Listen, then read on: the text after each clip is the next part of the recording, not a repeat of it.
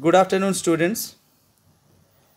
I am Arindam Bagh, Department of English, Maharaja Nandakumar Mahavidyalaya.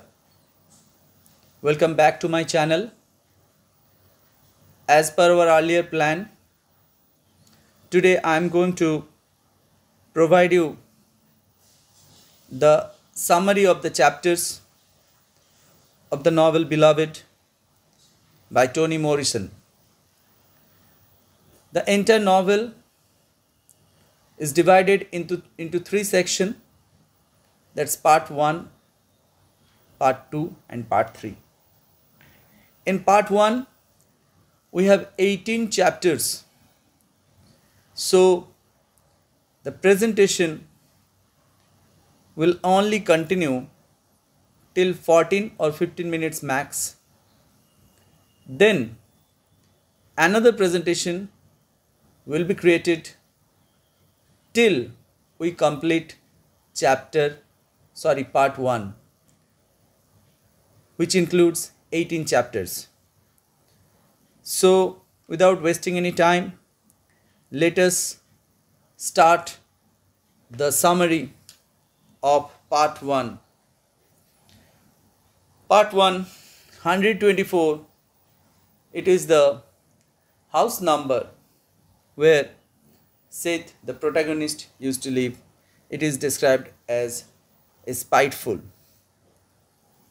So, in part 1, chapter 1, in 1873, Seth, a former slave, resides with Denver, her reclusive 18-year-old daughter, in a haunted two-story house at 124 Bluestone Road outside of Cincinnati, Ohio.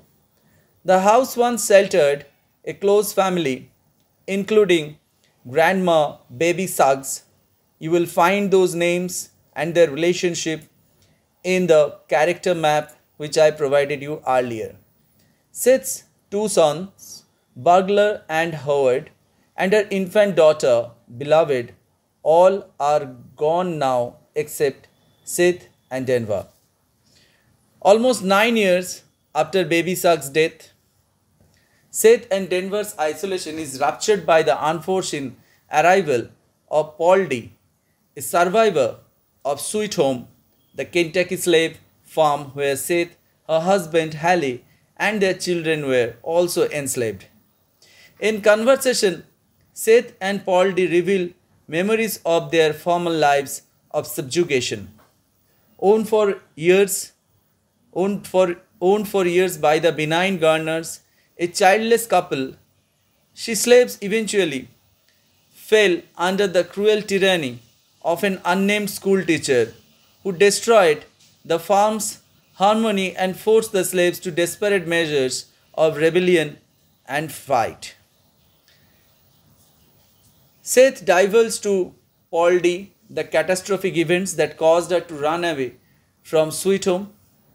Pregnant with her fourth child, fearing for her family's future under the school teacher's reign, so the surrendered her sons and daughters to a woman in a wagon waiting in the corn. Before she could escape herself, however, two white boys, the school teacher's nephews, sucked out her breast milk and lashed her with rawhide whips, which leaves a permanent mark on her back. Although she was in terrible pain from the whipping, Seth ran away from Sweet Home that night. A white girl found Seth, tended to her injuries, and helped her give birth to her second daughter, Denver. I mentioned about this also. Denver is not only her daughter's name, but the name of that white girl. She named after that white girl. Seth reveals that later her oldest girl died from having her throat cut. Paul D., emphatic because of his own experience with slavery, messages the thick scars on Seth's back as his other hand strokes her breast. The ghost of Seth's dead daughter, which haunts her house, reacts angrily to Seth and Paul D's closeness and causes the whole house to shake. Paul D authoritatively banishes the ghost and takes Seth to bed. Denver, meanwhile, sits on the porch, missing the ghost's presence and resenting Paul D's intrusion into her and her mother's life. She miserably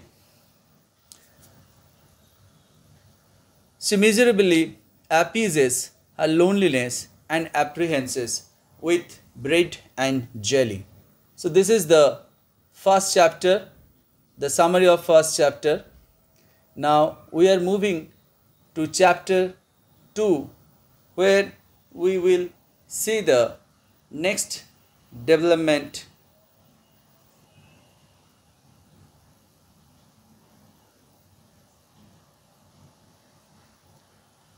So, moving to chapter 2, the brief and unsatisfying sexual encounter between Paul D and Seth reminds them both of slavery.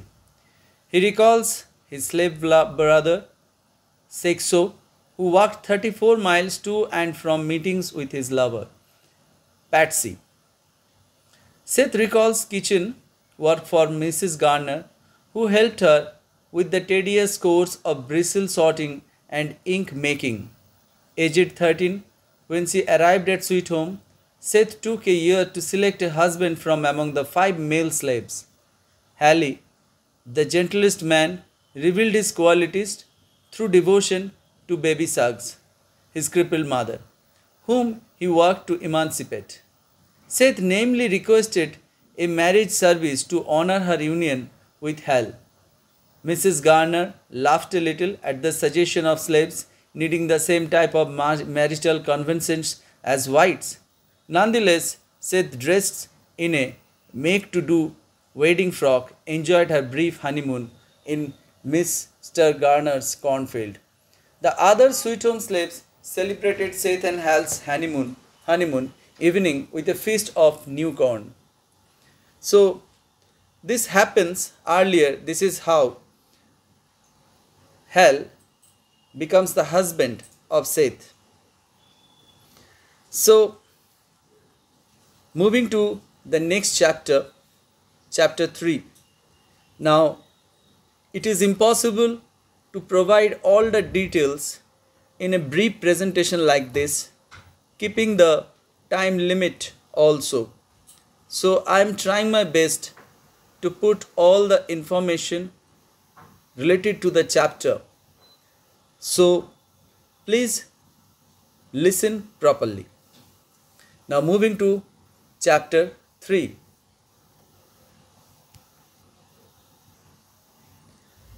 So, in the chapter 3, a solitary child woman, Denver, takes refuge in a circle of boxwood, shrubs, and inhales the fragrance of cologne. Her memories return to an earlier time when she saw Seth kneeling in prayer beside a white dress with its sleeve around her mother's waist. Denver savors the story of her birth and Seth's dim memories of her own mother, known only as Ma'am. Denver's thoughts blend with Seth's voice retelling the episode in which Seth prepared to die but was saved by Amy Denver, a threadbare white servant girl fleeing toward Boston from the cruelties of Mr. Buddy. Amy's plucky encouragement and application of first aid revealed Seth's swollen feet and helped her crawl to safety far from school teachers' reach. Chiming in is a third voice, Paul D. Paul D is singing prison songs and thinking over his journey from Sweet Home to Alfred, Georgia, and on to Delaware. Hinting that he may settle in Cincinnati, Paul D asks Seth about job opportunities and questions whether Denver will mind his presence. Seth, who believes that Denver is a charmed child, begins telling Paul D how schoolteacher tracked her family down in Cincinnati. She indicates that she spent time in jail after school teacher's visit, and that Denver remained safely with her when she was imprisoned. So this is chapter 3. Paul D. Later on you will find when beloved will appear, unlike Denver and Seth, who welcomed her warmly and let her stay in 124 indefinitely. This is going to be happen in the next part. So let's move to the chapter 4, where we will see how the story is going to develop. After 3 days, this is chapter 4, after 3 days, Denver demands to know whether Paul D intends to stay. Seth insists that Paul D remain and scolds Denver for discourtesy, even though the girl is old enough to be considered an adult. To ease the tension, Paul D invites Seth and Denver to go to a carnival, saying, "Thursday, tomorrow is for coloreds." The next morning, the threesome among Cincinnati's 400 blacks walk toward the lumberyard and take in the sights including clowns and freaks. After this chapter, we will see the entry of beloved. Now this presentation, I have to keep this presentation brief, so I am putting the information in between. So in chapter 5, we will see that as Paul D, Seth and Denver return from the carnival late Thursday afternoon, they encounter a lone young woman, wet and wheezing, who has walked up from the stream and is napping on the stump outside the house. That is none other than beloved, whose name is mentioned over here and whose name is actually used as the title. To Paul's questions, the girl gives hazy responses, introducing herself as beloved and denying that she has a last name. Concerned for her tenuous state of health, Seth and Paul D take her in. Denver quivers with anticipation. The girl sleeps for 4 days in Baby Suck's former room. Paul D fears that beloved may suffer from cholera. Denver takes care of her, hiding beloved's urine-soaked sheets and lying about the fact that beloved appears weak on her feet, even though she is able to lift a rocking chair with one hand. This is very unlikely, which shows that beloved is not normal. So this is till chapter 5. Let's move to chapter 6, and in chapter 6 we will see the development in such a manner. In the 4th week of her residency at 124 Bluestone Road, beloved clings to Seth, following her about the kitchen and awaiting her return from work at the restaurant. Like a hungry child, beloved clamors for Seth's stories, questioning her about her diamonds, the crystal earrings that Mrs. Garner gave Seth as a wedding gift to mark the union that had no proper ceremony or celebration. Seth describes how she pilfered fabrics to fashion a wedding dress, which she topped off with a wool shawl that kept her from looking like a haint peddling. Following the Saturday honeymoon in the cornfield, Mrs. Garner gave Seth the earrings and wished the couple happiness. More questions about Seth's mother elicit meager facts that she walked to indigo fields from dawn to nightfall and then slept through Sundays. The demands of her toil gave her only a few weeks in which to bond with her infant daughter, who was then passed on to a wet nurse so that Ma'am could return to the fields. Once Ma'am carried Seth behind the smokehouse and lifted her breast to reveal a circle and cross burned into her flesh so that the child could always identify her mother. After her mother was hanged, Seth examined her corpse but was unable to locate the symbols on the decaying flesh. Retelling the vile stories forces Seth to abandon narrative and move into action. Lifting damp sheets, she begins folding them as she tries to answer beloved insistent queries about ma'am. Seth can recall only that many slaves were killed along with her mother, and that Nan, a one-armed black governess, took over the role of parent and taught Seth her mother's native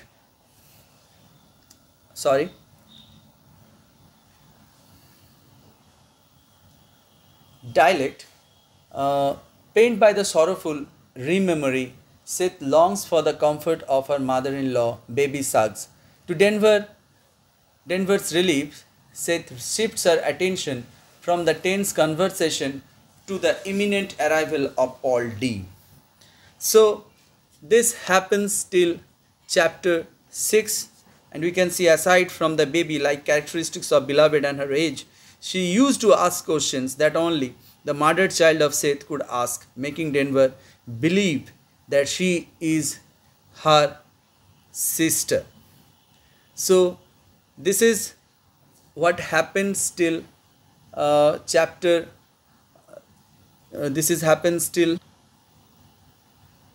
6 actually, but this particular event where she is asking questions to Denver, it happens actually in chapter 7. By the end of this chapter, I am going to conclude this presentation and I will restart another presentation. So in chapter 7, what we got here, at the end of 5 weeks, beloved, who is hesitant to reveal personal information, gives a clue to her past. The fact that she was at the bridge. Seth halts Paul D's intrusive grilling about how beloved could have walked a long way without soiling her new shoes. Beloved burst out in baby talk. I take the shoes, I take the dress. The shoestrings don't fix. Denver, recognizing that beloved has never learned to tie a bow, promises to teach her.